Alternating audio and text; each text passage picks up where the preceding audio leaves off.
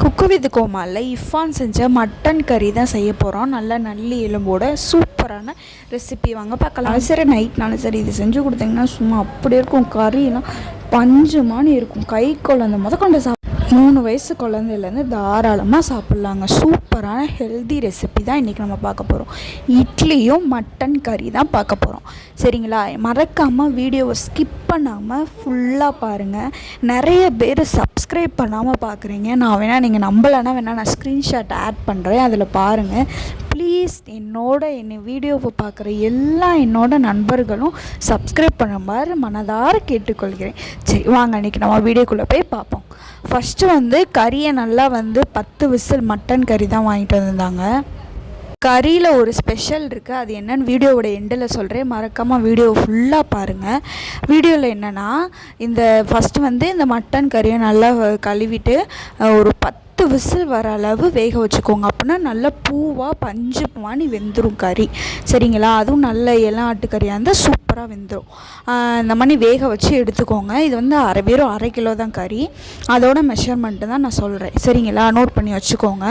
நான் டிஸ்கிரிப்ஷனில் உங்களுக்கு கொடுக்குறேன், அதை வேணால் பார்த்துக்கோங்க சமைக்க தெரியாதவங்க. ஓகேவா? ஃபஸ்ட்டு 10 விசில் வச்சு எடுத்துக்கோங்க. நல்லா கறியை வெறும் மஞ்சத்தூள் மட்டும் போட்டு எடுத்து வச்சுக்கோங்க. நல்லா கழுவி குக்கரில் வேக வச்சுக்கோங்க. வச்சுட்டு விசில் இருந்தால் குக்கர் நல்லா திறந்து பார்த்தீங்கன்னா இந்த மாதிரி தான் இருக்கும். இதில் என்னென்ன பொடி ஆட் பண்ணணும்னா மஞ்சள் பொடி, மிளகுத்தூள், கரம் மசாலா, அதுக்கப்புறம் மிளகாத்தூள், இந்த 4ஐயும் போட்டுக்கோங்க. அதுக்கப்புறம் மட்டன் மசாலா குழம்பு பொடி இருக்குது பார்த்தீங்களா, அதையும் போட்டுக்கோங்க. போட்டுட்டு நல்லா கொதிக்க விட்டுட்டிங்கன்னா அது ஒரு பக்கம் கொதிக்கட்டும். ஓகேவா? நல்லா கொதி வரட்டும். இந்த பக்கம் இட்லிக்கு ரெடி ஆகிட்டுருக்கு. இட்லி நல்லா பஞ்சுமானி இருந்துச்சு. மாவு எப்படி அந்த மாதிரி பஞ்சுமானி அரைக்கிறதுன்னு சொல்லிட்டு கமெண்ட் பண்ணுங்கள். நான் கண்டிப்பாக உங்கள்கிட்ட ஷேர் பண்ணுறேன். வீடியோ போடலான் இருக்கேன்.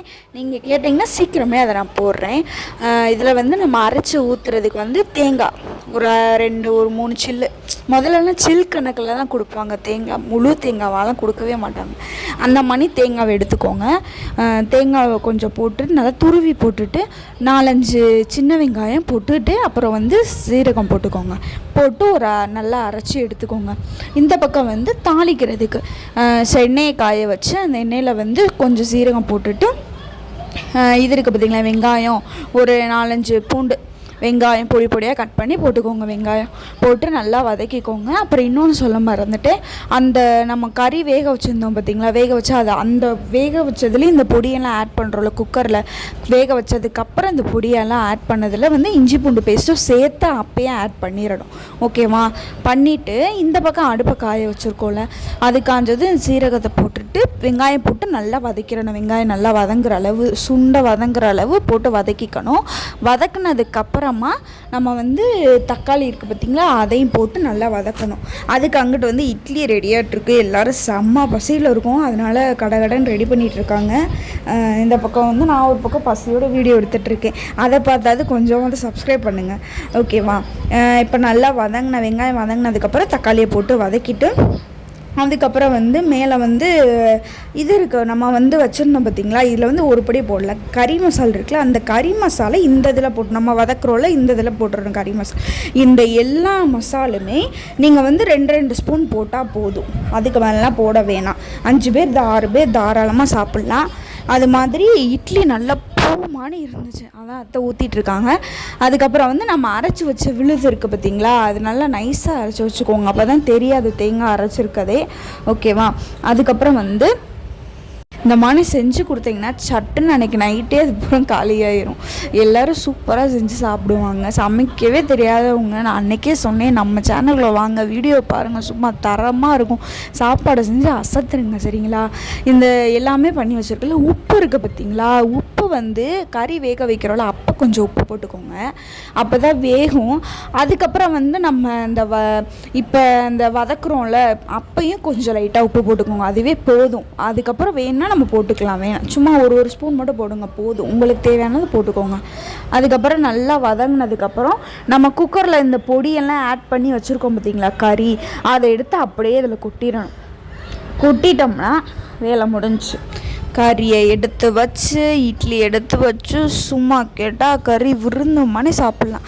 யார் யாருக்கெல்லாம் இந்த மணி கறி மட்டன் கறி வச்சு இட்லி வச்சு சும்மா தொட்டுட்டு சாப்பிட்டா சும்மா ஐயோ அப்படி இருக்கும் அப்படின்னு சொல்கிறவங்க மறக்காமல் கமெண்ட் பாக்ஸில் கமெண்ட் பண்ணுங்கள் சரிங்களா. நல்லா எண்ணெய் தனியாக பிரிஞ்சு வர அளவுக்கு வரவும் ஸ்டவ் ஆஃப் பண்ணிடுங்க சரிங்களா. ஆஃப் பண்ணிவிட்டு அப்புறம் எடுத்து வச்சு சூப்பராக சாப்பிடுங்க. இந்த கறியோட ஒரு சீக்ரெட் இருக்குன்னு சொன்னேன்ல, அது என்னன்னு சொல்லவா? இது மாதிரி எந்தெந்த ஊரில் நடக்கும்னு சொல்லுங்கள். இங்கே இந்த ஊரில் எப்படின்னா அந்த திருவிழா நடக்கும் பார்த்திங்களா, அந்த நேரம் நம்ம வரி கட்டுறோம்ல, அந்த வரி கட்டுறவங்களுக்கு எல்லாருக்குமே இந்த மாதிரி கறியை பிரித்து கொடுப்பாங்க. ஆடு வெட்டி பிரித்து கொடுப்பாங்க. அப்படி இந்த கூறு கறின்னு சொல்லுவாங்க. இந்த கறி ஒவ்வொரு குடும்பத்துக்கு இந்த இவ்வளோ கூறுன்னு சொல்லி கொடுப்பாங்க. அப்படி நேற்று தந்தாங்க, அதனால தான் போய் வாங்கிட்டு வந்தாங்க. வீட்டில் வாங்கிட்டு வந்து அதை தான் செய்கிறோம். அதில் உள்ள டேஸ்ட்டே தனிங்க, நிஜமாக சொல்கிறேன். நம்ம கடையில் போய் வாங்குறத விட இந்த மாதிரி கோயிலில் கொடுக்குறாங்க பார்த்திங்களா, நமக்குன்னு ஒவ்வொரு ஊர்லேயும் நமக்கு இருக்க சொந்த ஊரில் இந்த மாதிரி நம்ம செய்யும்போது இது கட்டும்போது திரும்ப நம்மளுக்கு அந்த கொடுக்குறாங்கல்ல கூறு கறி அந்த காசுக்குன்னு சொல்லிட்டு அதுக்கு பதிலாக இந்த மாதிரி கூறு கறி கொடுப்பாங்க. இந்த மாதிரி எந்தெந்த ஊர்லலாம் வாங்கியிருக்கீங்கன்னு கமெண்ட் பண்ணுங்கள் மறக்காமல். ஊர் சைட்லலாம் இந்த சைடு ரொம்ப இதாக இருக்கும். தேங்காவே அரைச்சி ஊற்றிட்டு இந்த மாதிரி ஊற்றிட்டு ஸ்டவ் அடுப்பை நல்லா குழம்பு கொதிச்சதுக்கப்புறம் ஸ்டவ் ஆஃப் பண்ணிடுங்க. ஓகே, நம்ம சேனலை இது வரைக்கும் வாட்ச் பண்ணதுக்கு தேங்க்யூ.